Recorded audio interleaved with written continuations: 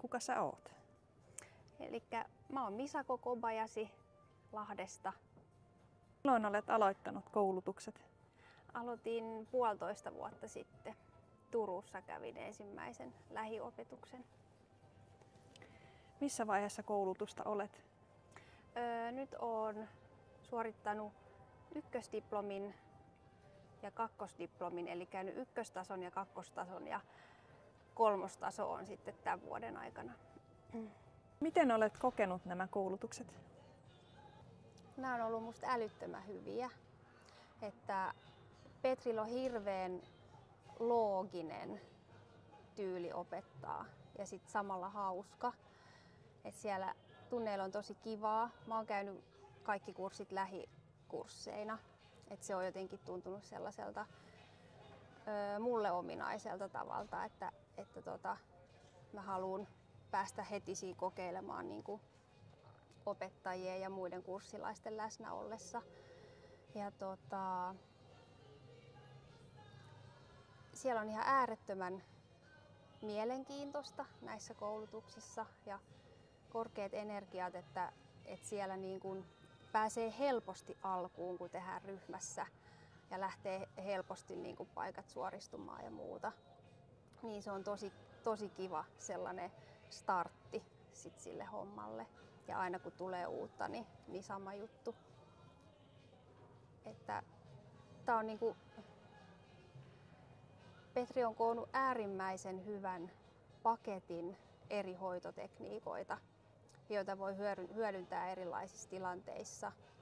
Ja tosi monipuolinen setti, että koen, että tällä koko protokollalla voidaan niin kuin todella laaja-alaisesti ja tehokkaasti hoitaa ihmisiä. Teetkö sä hoitoja ja missä? Joo. Tällä hetkellä teen Lahden suolahuoneella. Miten itse hoidatat itseäsi? No itse mä oon tehnyt eniten tunnekehonhoitoa. Elikkä sellaisia häiritseviä tunteita purkanut ja sitten traumoja, ja se on auttanut ihan hirveästi. Että se on ehdoton ykkönen.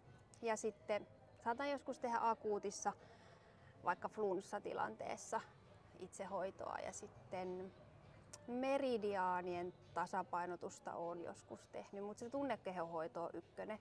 Ja sitten joskus olen tehnyt kivunhoitoa itselleni myöskin.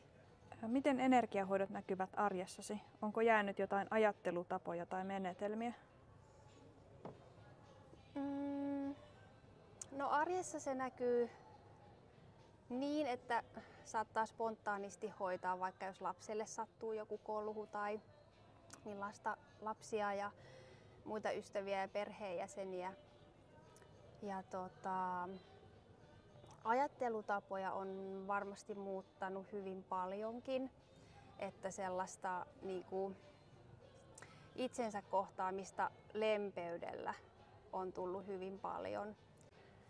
Ja sitten sen lisäksi ehkä sellainen, että näkee niinku myös ympärillä jokaisessa toisessa ihmisessä sen valon.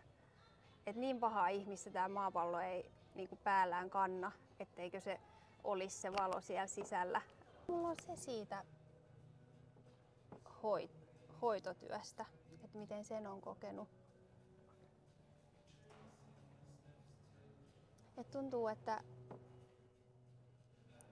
on niin kuin hirveän tehokas tapa auttaa ihmisiä pääsemään kivusta ja traumoista ja ongelmista. Ja sitten mä oon tosi kiitollinen Petrille siitä, että hän on niinku koonnut erilaisista tekniikoista tällaisen tosi kattavan paketin erilaisia tekniikoita, millä pystytään auttamaan hirveän monimuotoisesti ja laajasti. Et se paketti on niinku tosi tiivis, siinä ei ole mitään turhaa, mutta sit se on äärimmäisen kuitenkin monikäyttöinen ja laaja. Käytätkö akuuteissa tilanteissa energiahoito-oppeja tai stressitilanteissa tunnekehonhoitoa? Joo, käytän sekä itselleni akuuteissa tilanteissa että lapsille perheenjäsenille, ystäville. Nyt sitten tänä vuonna suoritan vielä 3. tason, niin odotan sitä tosi innolla.